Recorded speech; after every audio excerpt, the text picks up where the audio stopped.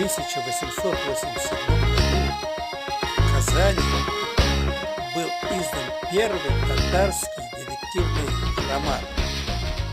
За год до издания в Лондоне Шерлока Холмса Конан Дойля. Красавица Хадича. Предисловие переводчика. Захир Бигиев.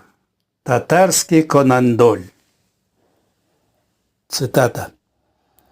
«Спи безмятежно, могиле, ты для друзей не погас, неоценимый при жизни, ныне ты дорог для нас».